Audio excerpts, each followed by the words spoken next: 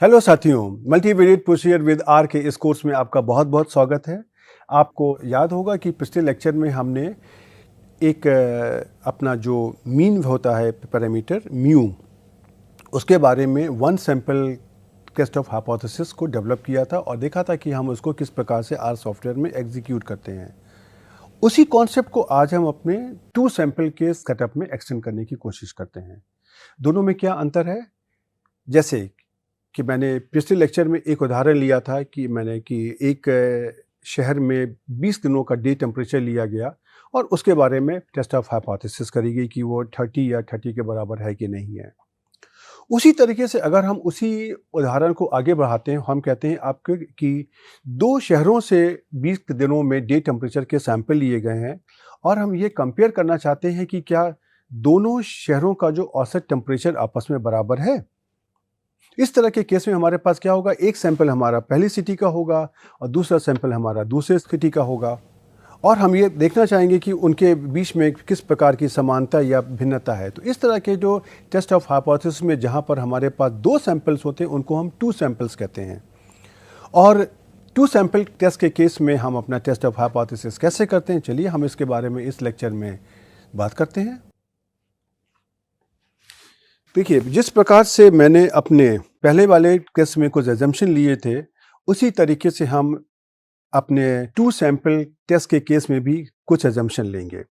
सबसे पहला एजम्पशन तो हमारा यही होता है कि हमारे पास जो दोनों सैंपल हैं वो हमारे इंडिपेंडेंट हैं। ये हमारे डिपेंडेंट भी हो सकते हैं, इसके बारे में हम बाद में बात करेंगे। डिपेंडेंट का क्या मतलब है कि अगर मैंने एक सेट ऑफ पेशेंट्स लिए और उनका मैंने ब्लड प्रेशर लिया और उनको मैंने एक दवा दी और उनका मैंने ब्लड प्रेशर आफ्टर मेडिसिन, उनको दवा देने के बाद में उनका ब्लड प्रेशर में क्या परिवर्तन आया उसकी रीडिंग ली। तो क्या हुआ, हर एक इंसान पर अगर हमारे पास सपोज मान लीजिए कि दो पेशेंट हैं तो उसकी मैंने पहले रीडिंग ली और उसके बाद में रीडिंग ली। अर्थात एक ही ऑब्जर्वेशन पर हमारे पास दो ऑब्जर्वेशन आए। इस तरह के केस में हमारा जो दो सैंपल के ऑब्जर्वेशन बनेंगे ये हमारे इंडिपेंडेंट नहीं होंगे बल्कि वो डिपेंडेंट होंगे। लेकिन जो अभी हम टेस्ट की बात कर रहे हैं, यहाँ पर हम ये बात कर रहे हैं कि हमारे दोनों सैंपल हमारे आपस में इंडिपेंडेंट हैं और उनकी जो पॉपुलेशन वेरिएंसेस है वो हमको पहले से नोन है, राइट।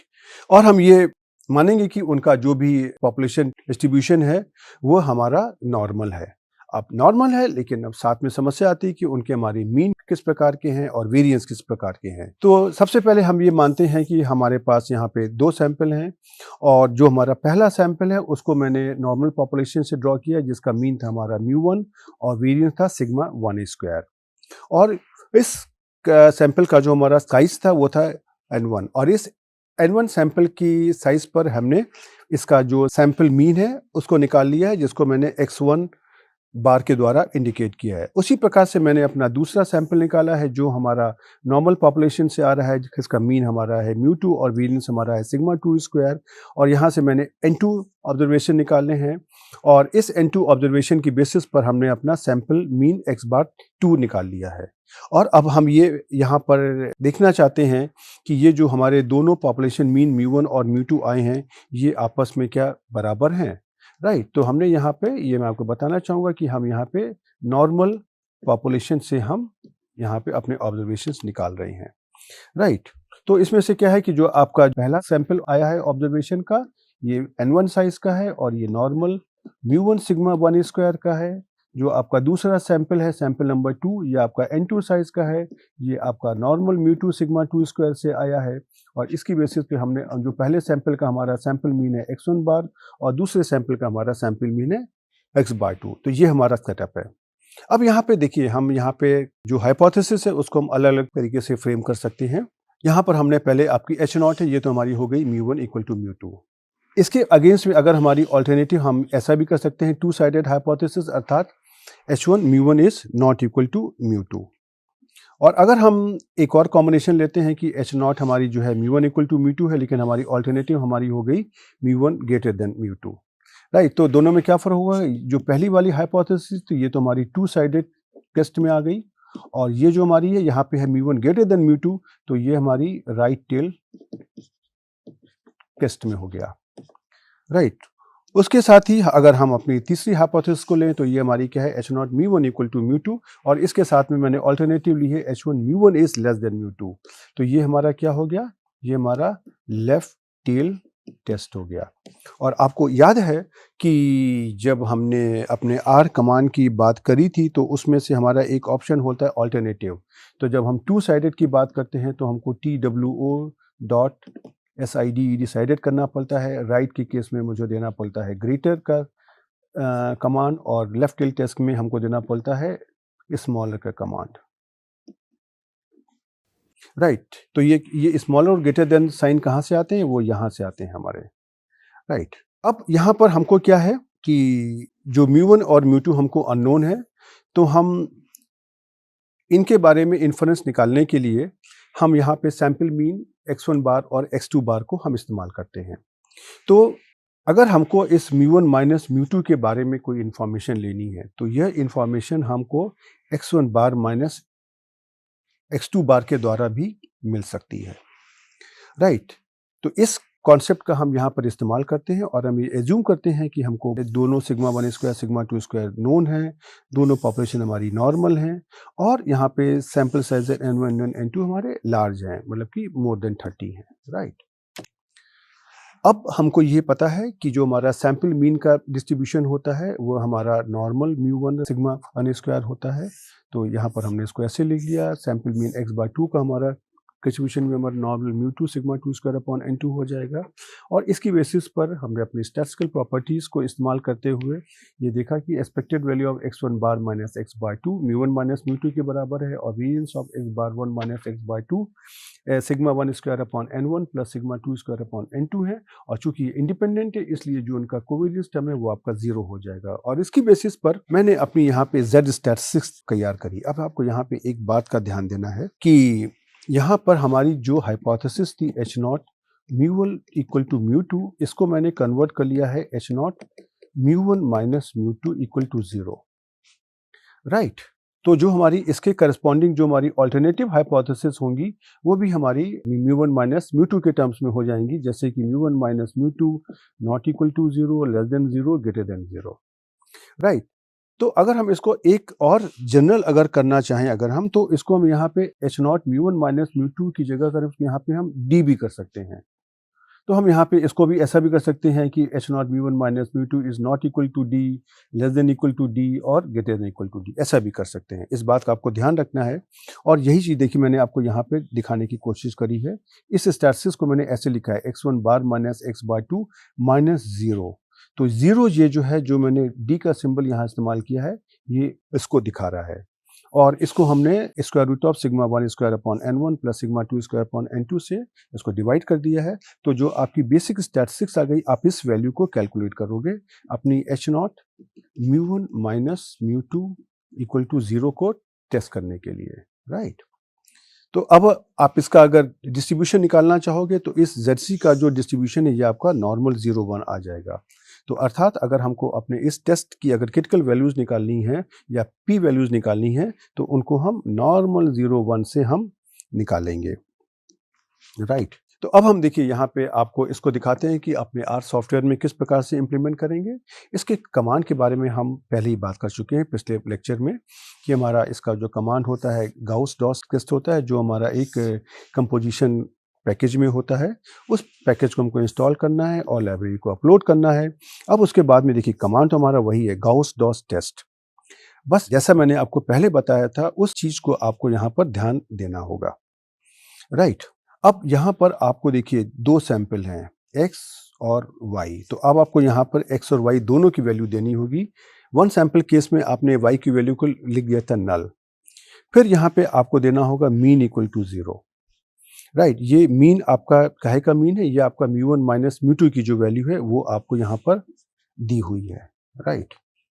और यहाँ पर आपको जो भी स्टैंडर्ड डेविएशन है, वेरिएंस है, उनकी आपको यहाँ पर वैल्यू देना पड़ेगा। और उसके बाद में आपको अल्टरनेटिव आपको टू साइडेड है, लेस देन है या वो ग्रेटर देन है, इसके बारे में आपको यहाँ पे इसकी इंफॉर्मेशन देना पड़ेगा, राइट। तो ये आपको देखिए है। अब हम यहाँ पर एक उदाहरण लेते हैं और हम ये कहते हैं कि हमारे पास कुछ फिश थी और उनको हमने 2 तरह के फूड दिए हैं।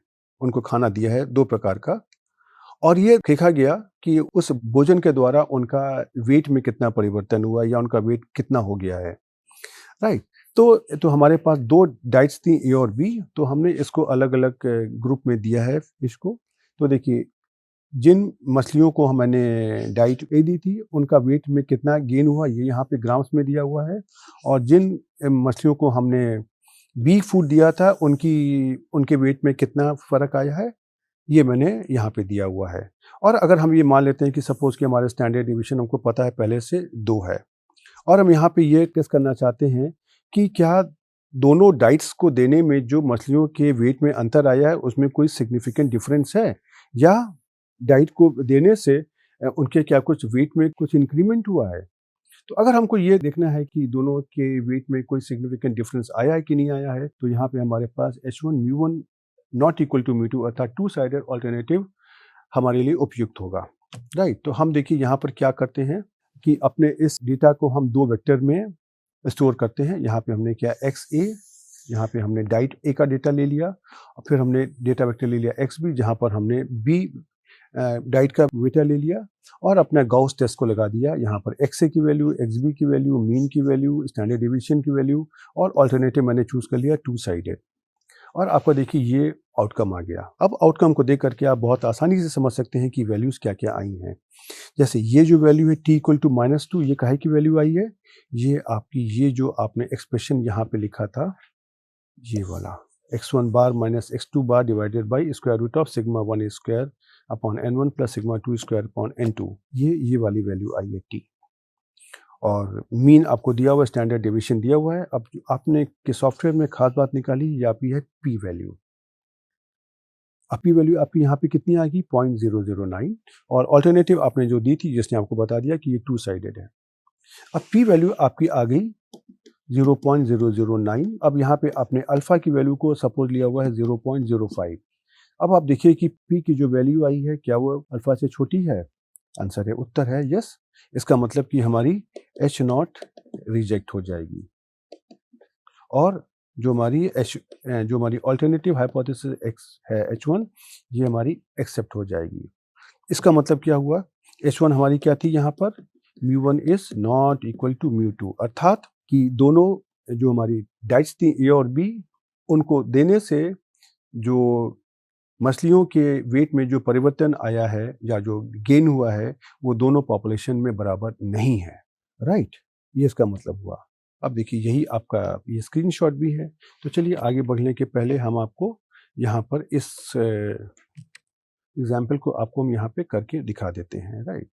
तो सबसे पहले आपको यहाँ पर इस अपने हम पैकेज को हम अपलोड कर लेते हैं। मैंने ये पैकेज अपने सॉफ्टवेयर में पहले से इंस्टॉल किया, यही तो हम लोगों ने पिछले टर्न पर इस्तेमाल किया था और अब इसके बाद हम अपना जो भी ये एक्स ए और एक्स बी का डेटा है उसको भी देते हैं और साथ में अपना जो गॉस कमांड है उसको भी यहाँ पर एग्जीक्यूट करने की कोशिश करते हैं। आपने देखा कि देखिए यही जो मैंने आपको दिखाया है, यही वैल्यूज़ यहाँ पर आ गई। इसी में आप अगर मान लीजिए कि अल्टरनेटिव को आप अगर चेंज करना चाहते हैं, H0 म्यू1 लेस देन म्यू2 करना चाहते हैं, तो आप उसको यहाँ पे बहुत आराम से कर सकते हैं। अब आप देखोगे कि इस केस में इसकी जो p वैल्यू है वो बदल गई है, राइट? और इसी तरीके से आप अगर यहाँ पर आप अगर H0 म्यू1 ग्रेटर देन म्यू2 आप अगर टेस्ट करना चाहते हो, तो आपने यहाँ पे कर दिया ग्रेटर और देखिए आपको यहाँ पर वैल्यू फिर से आपकी बदल जाएगी। ये आपकी p वैल्यू कुछ और आ गई, राइट? तो इस तरह के एक्सपेरिमेंट करके आप अपना जो भी कंक्लूजन है आप बहुत आराम से निकाल सकते हो, राइट? अब हम आपको यहाँ पर ये दिखाते हैं कि अगर आपको इसी टेस्ट को जो हमने टू सैंपल टेस्ट किया है उसको अगर मुझे अपने अननोन पॉपुलेशन वेरिएंस के केस में करना है, तो उसको किस प्रकार से किया जाए। अब यहाँ पर आपको मैं ये बता दूं कि जैसे कि हम जिस प्रकार से जब हम दो सैंपल्स की बात करते हैं, तो दो सैंपल में हमारे पास दो ऑप्शंस होते हैं। या तो वो सैंपल आपस में इंडिपेंडेंट हो या वो सैंपल आपस में डिपेंडेंट हो। डिपेंडेंट सैंपल का क्या मतलब होता है कि अगर हमने कहा कि हमने एक मान लीजिए कुछ हमारे स्टूडेंट्स हैं और उनको कुछ हमने एक मैथमेटिक्स में ट्रेनिंग दी है और हम ये पता करना चाहते हैं कि उनकी जो मैथमेटिक्स की ट्रेनिंग ठीक हुई है या नहीं हुई है। तो उसको हम कैसे कर सकते हैं, उनके जो नंबर हैं हम उसकी बेसिस पे कर सकते हैं। तो उनको आज हम एक एग्ज़ाम देते हैं और जो भी हमारे स्टूडेंट नंबर हैं 1, 2 उनके हम यहाँ पे जो नंबर आए उनको हम लिख लेते हैं। अब उसके बाद में हम उनको एक कुछ ट्रेनिंग देते हैं और ट्रेनिंग के बाद में फिर से हम उनका एग्ज़ाम लेते हैं और फिर से हम उनके नंबर यहाँ पे देखते हैं। उसमें से क्या हुआ, हर एक स्टूडेंट के हमारे पास यहाँ पे 2 नंबर होंगे। स्टूडेंट हमारा एक ही है लेकिन हमारे पास 2 नंबर होंगे, एक इम्तिहान के पहले और एक इम्तिहान के बाद में। तो इस तरह के ऑब्जर्वेशन को हम कहते हैं पेयर्ड सैंपल बोलते हैं। लेकिन हम अभी जो यहाँ पर करने वाले हैं, यहाँ पे हम अपने इन सैंपल्स को इंडिपेंडेंट मान रहे हैं, राइट? अर्थात हमने 2 जगह से अलग-अलग सैंपल लिए हैं और हम उनके बीच का जो मीन है उसके बारे में कंपैरिज़न करना चाहते हैं, राइट? तो अब आपने देखा कि जब हमको दोनों अगर पॉपुलेशन वेरिएंस अगर नोन होते हैं देन हम नॉर्मल डिस्ट्रीब्यूशन का इस्तेमाल करते हैं। और आपने देखा था पिछले लेक्चर में कि जब हमने वन सैंपल टी टेस्ट के बारे में, जहाँ पे हमारे पास एक ही सैंपल था और वेरिएंस हमारा अननोन था, वहाँ पर हमने अपने वेरिएंस को सैंपल से एस्टिमेट कर लिया था और हमने वहाँ पर टी डिस्ट्रीब्यूशन का केस किया था। उसी प्रकार से यहाँ पे जब हमारा 2 सैंपल केस है और अगर हमारे दोनों वेरिएंस अननोन अगर हैं तो भी हम यहाँ पर टी डिस्ट्रीब्यूशन का केस हम यहाँ पे करते हैं और हम टी डिस्ट्रीब्यूशन को इस्तेमाल करेंगे। तो यहाँ पर हमारे अजम्पशंस क्या हैं? हमारे अजम्पशंस हैं कि दोनों हमारी जो पॉपुलेशन है, दोनों हमारी नॉर्मल हैं और उनके जो हमारे वेरिएंसेस हैं, वो हमारे इक्वल हैं। वो हमको अननोन है लेकिन इक्वल हैं। और अगर हमारा सैंपल साइज़ अगर बड़े साइज़ का है, जैसे मोर देन 30 है, तो हम यहाँ पे नॉर्मल 0, 1 को भी इस्तेमाल कर सकते हैं।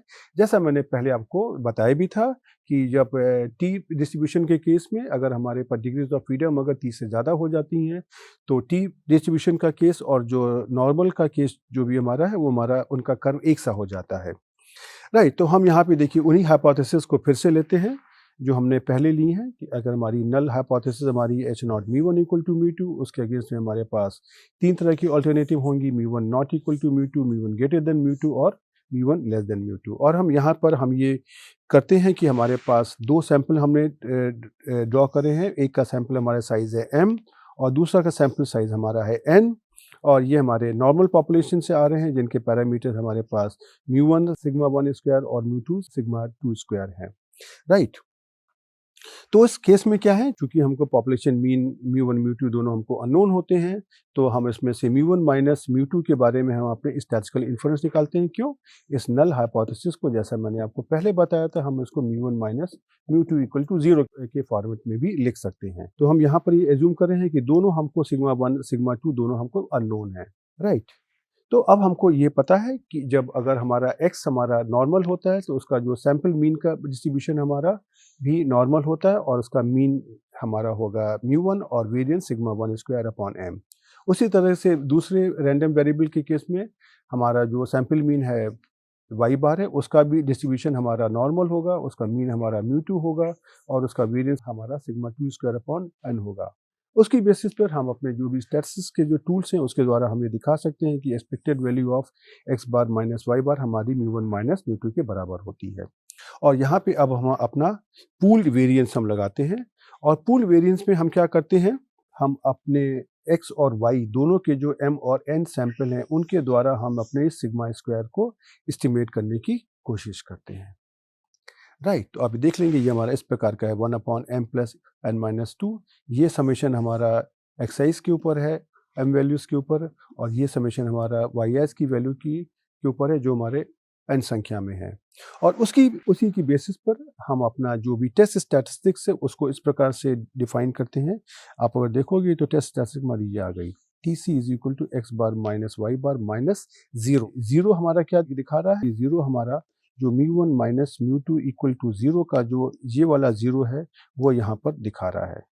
और नीचे हमारा यहाँ पे है s हमारा कहाँ से आया? ये जो हमने पूल वेरिएंस निकाला है उसका स्क्वायर रूट, और फिर यहाँ पे स्क्वायर रूट के अंदर में हमने 1 upon m plus 1 upon n कर दिया है। तो ये आपकी स्टैटिस्टिक्स है जो जब हमारी h0 ट्रू होती है तो ये हमारे t डिस्ट्रीब्यूशन को फॉलो करती है और इसकी डिग्रीज ऑफ फ्रीडम हमारी m प्लस n माइनस 2 होती हैं। राइट।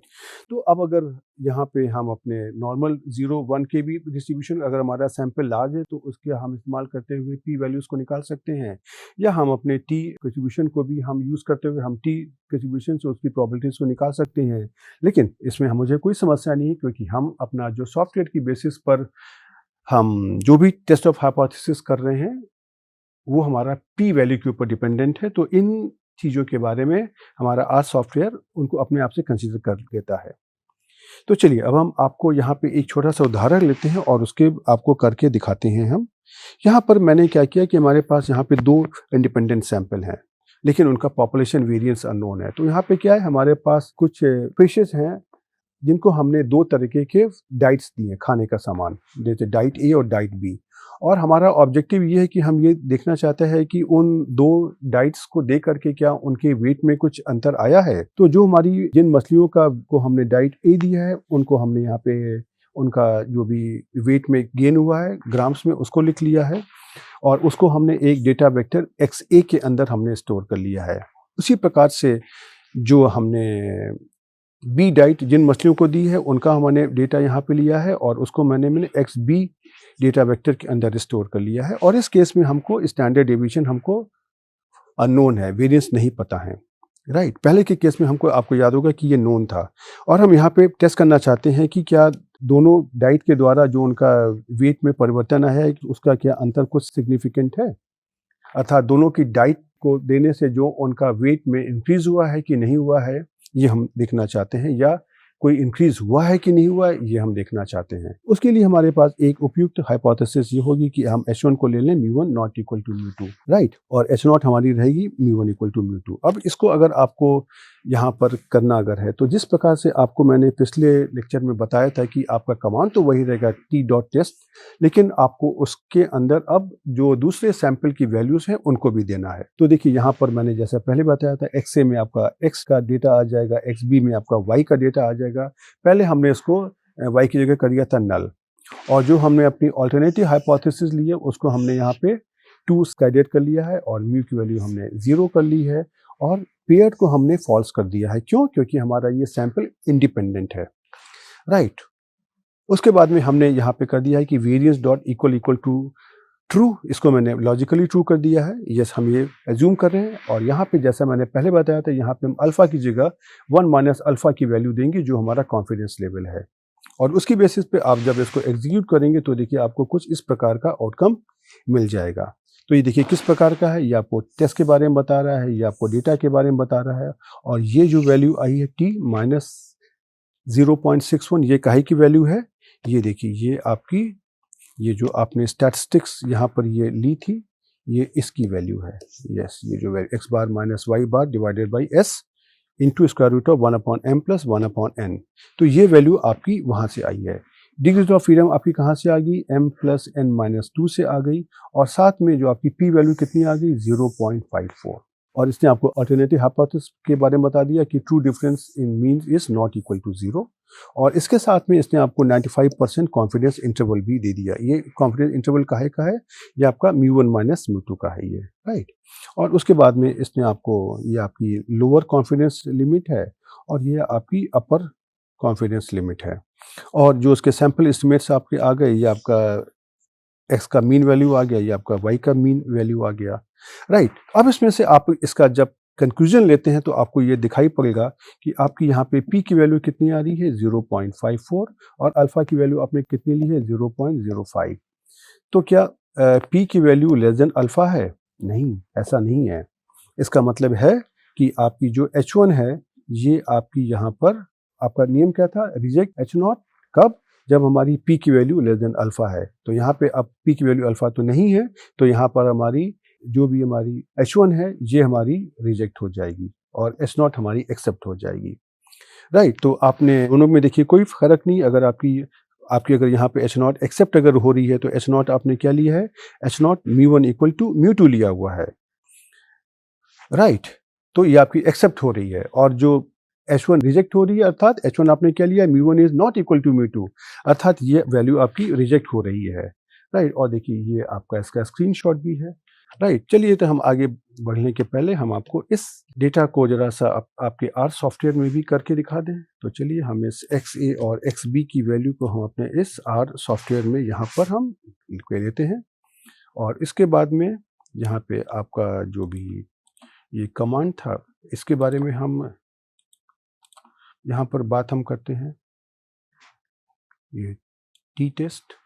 राइट, अब आप इसकी वैल्यू को देखोगे जब आप यहाँ पे आएगा तो देखिए इस प्रकार से आ गया। राइट, और इसी में आप अगर मान लीजिए कि हम अपनी अगर इस अल्टरनेटिव हाइपोथेसिस को अगर हम चेंज करते हैं तो ये देखिए क्या होगा, इसमें से लेस कर दिया, मैंने कर दिया, तो देखिए आपकी ये पी वैल्यू बदल गई अब ये। राइट, उसी तरह से आप इसको अगर ग्रेटर करेंगे तो आपकी पी वैल्यू कुछ और आ जाएगी, लेकिन मैं आपको ये एश्योर करना चाहता हूँ इससे आपका कंक्लूजन नहीं बदलेगा। राइट, तो चलिए अब हम यहाँ पर इस लेक्चर को रोकते हैं। तो आपने देखा कि आपको इसके पहले के 2 लेक्चर्स में मैंने आपको H0 mu equal to mu naught की सिंगल सैंपल केस में बात करी थी, जहाँ पर हमारा सिग्मा स्क्वायर नोन था और अननोन था। अब इस लेक्चर में हमने आपको 2 सैंपल टेस्ट की बात करी है, जहाँ पर हमारा सिग्मा नोन था और फिर सिग्मा अननोन था। आपने देखा कि दोनों के जो हमारे आर कमांड थे इसमें कोई ज़्यादा फ़र्क नहीं था। सिर्फ आपको ये समझने की बात है कि आपको अपने आर कमांड में अपनी वैल्यूज़ को जिनको आप देना चाहते हैं, आप उनको किस प्रकार से दोगे। लेकिन अब हम आपसे यहाँ पे यही रिक्वेस्ट करेंगे, आपको अब टेस्ट ऑफ हाइपोथेसिस के बारे में किस प्रकार से एग्जीक्यूट करते हैं उसका एक अच्छा खासा एक्सपोजर हो गया है। आप कोई भी किताब को लीजिए, वहाँ से जो उनके उदाहरण दिए हुए हैं वहाँ से डेटा सेट को लीजिए और उसको खुद ब खुद अपने हाथों से सॉल्व करने की कोशिश करिए। और साथ ही हम आपको फिर से रिक्वेस्ट करेंगे कि उन डेटा सेट में अपने आप से कुछ वेरिएशन करिए, कुछ चेंज करिए और देखिए कि उनको उन चेंजेस को करने से आपका जो कंक्लूजन है क्या उसमें कुछ अंतर आ रहा है। और जिस प्रकार से आप ये कार्य करते जाएंगे, आपकी जो टेस्टिंग ऑफ हाइपोथेसिस के साथ में अंडरस्टैंडिंग है वो अच्छी होती जाएगी और आप इसमें माहिर हो जाएंगे। तो चलिए आप इन चीज़ों की प्रैक्टिस करिए और हम आपको अगले लेक्चर में मिलने फिर से आएंगे। तब तक के लिए गुड बाय।